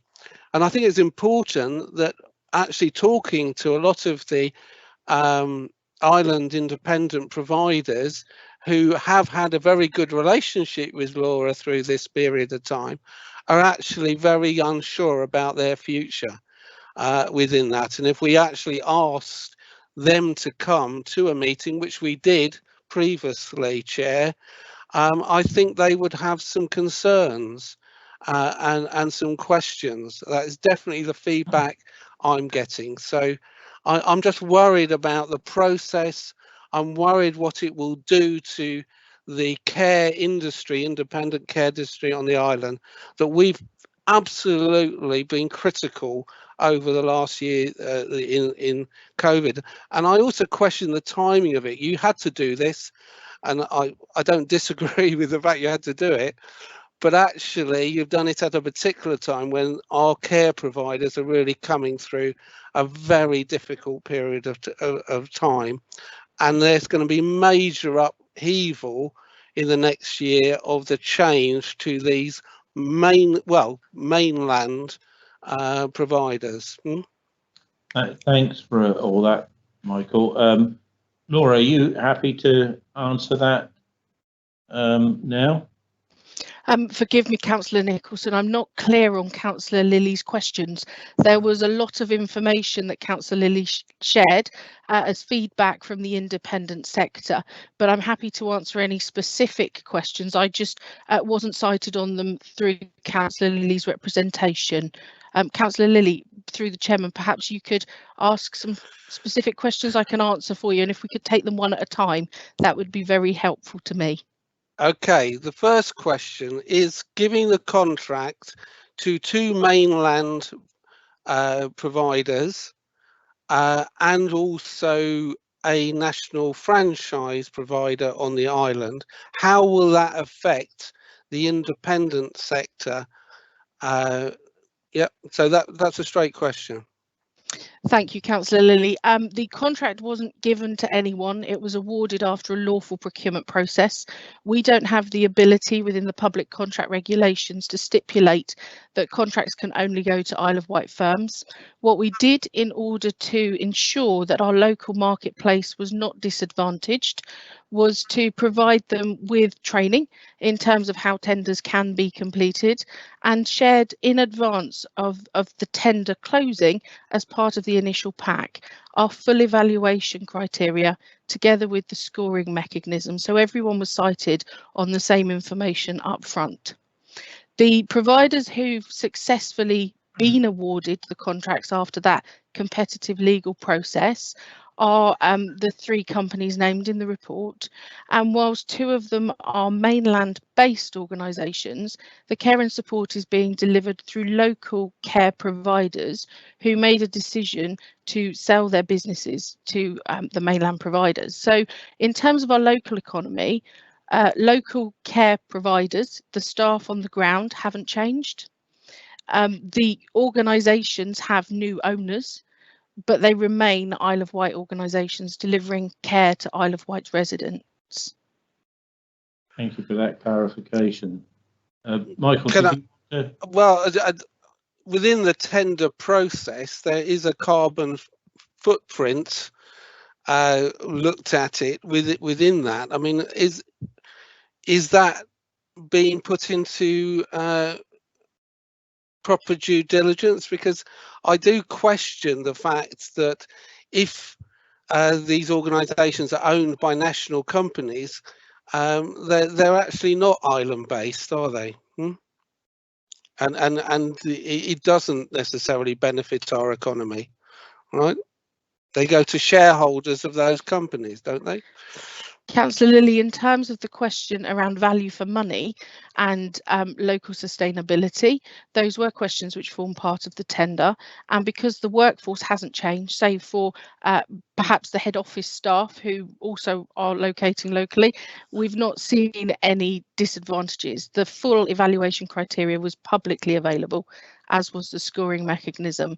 And these organisations won the contracts based on what we published prior to that tender process concluding. Okay, thank you. Good. We've got Councillor Howe wants to ask a question now. I don't want you to get too excited about this, Chairman. Laura, I'm not. I raise my right hand and swear I'm not attacking anybody, right? Can you tell me, we did talk some time ago about having people having the money for caring at home, but able to employ somebody locally. The argument was that if they employed someone locally, they could actually determine dates and times rather than falling in with a business. I thought it was a brilliant idea, and I want to ask you how that's going now. Is it working all right?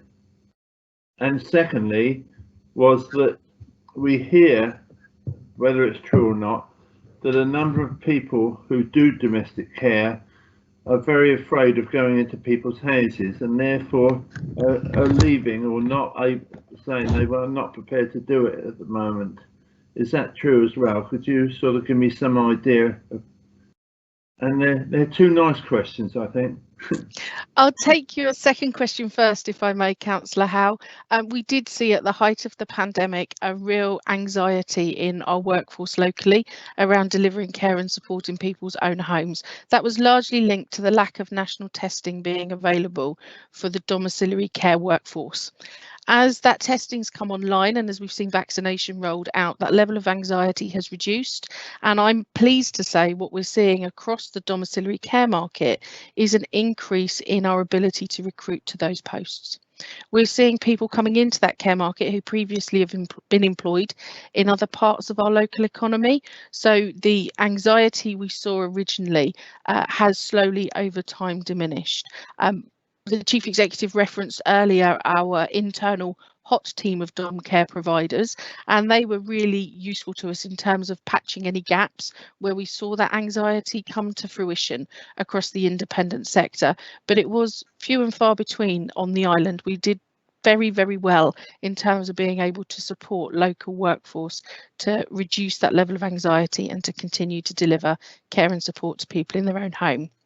If I can take your first question next, and I'm delighted that you remembered the conversation we have because that actually runs in parallel to these services. So the services that are the subject to this report are the commission services, whereas the conversation we had was around people who wish to buy their own care and support through their personal budget and through a direct payment.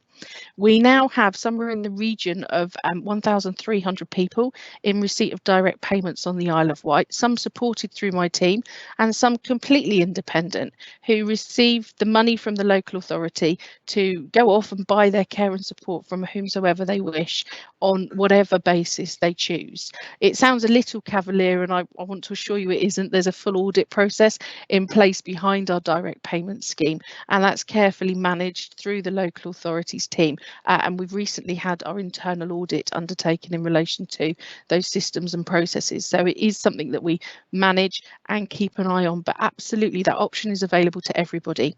When a person's eligible for care and support from adult social care, everyone's allocated a personal budget, and it's that person's choice then as to whether they wish to receive that money themselves or whether they wish the local authority to procure the care and support on their behalf.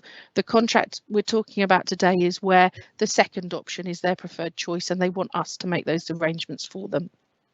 Laura, could I just say that I found that at the time when we were talking about it, was that the opportunity for people to decide when they want to get up in the morning and to arrange it with their carer.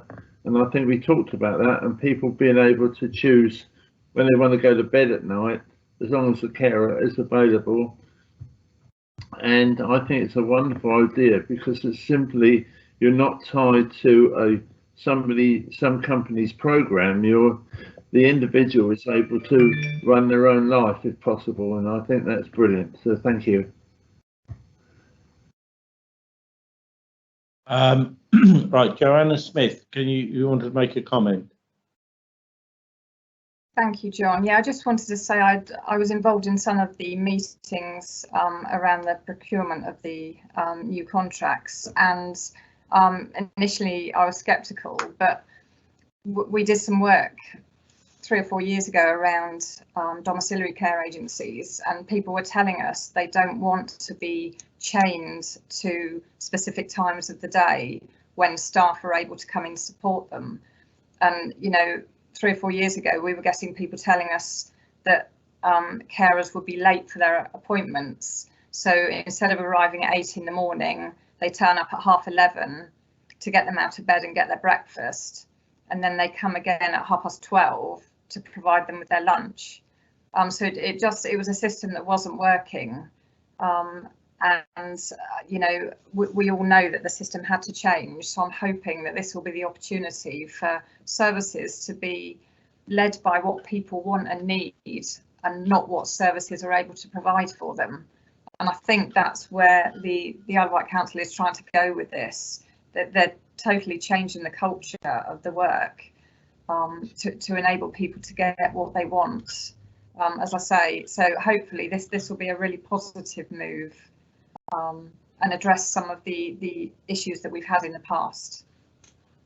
Thank you, Joanna. That takes us very nicely on to the next item, which is a really good news story, and it's the CQC's findings on the inspection of reablement and outreach service. So it's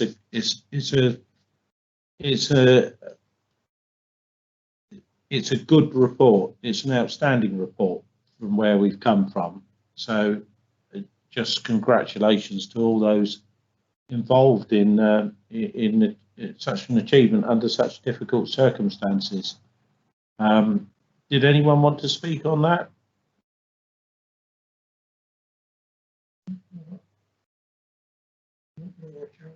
No? It's Councillor Mosdale. Yes, please, Claire.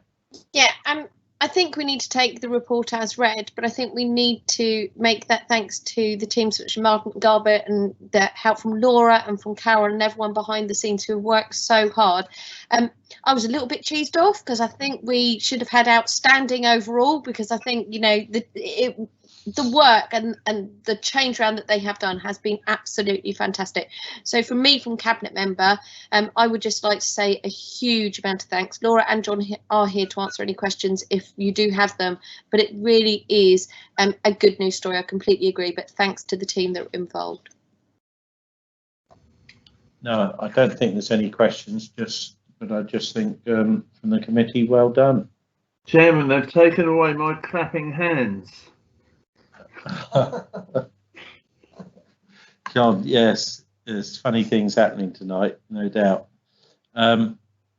Right, so last item and item 5 is progress with the mental health. Now, I think we've more or less covered that, Leslie, unless there's anything that you particularly wanted to mention. So I'm going to try not to disguise my voice, John. Leslie's had to leave us at 7 o'clock on the assumption that we had covered it under the previous set of comments. If there's anything else that we needed to pick up, happy to take anything back and we can feed that back. No, I think again, Michael, again, Darren, we're making really remarkable progress on this, and I think, you know, when you think of where we've come from not that long ago to where we are now, I think it's commendable how we've come. So well done. Thank you. That's much appreciated, and I'll pass that back to the teams. Thank you. Right. So that takes us now on to item 6, which is the committee's work plan. And you can see there's a few items added to there, and a few items that I think we're going to be particularly focusing on, though we got this wretched election thing in the way between now and the next meeting. Patient experience and feedback is one of the areas that the committee will be looking at, and also Isle of Wight health and care plan, and we're down to look at integrated partnerships. I've been given the minutes from the meetings up until I think it was December from the ICP, but I understand there's not very much happening because of the focus on dealing with COVID. So perhaps we can pick up on that later on, if indeed I'm returned and I'm still chairman.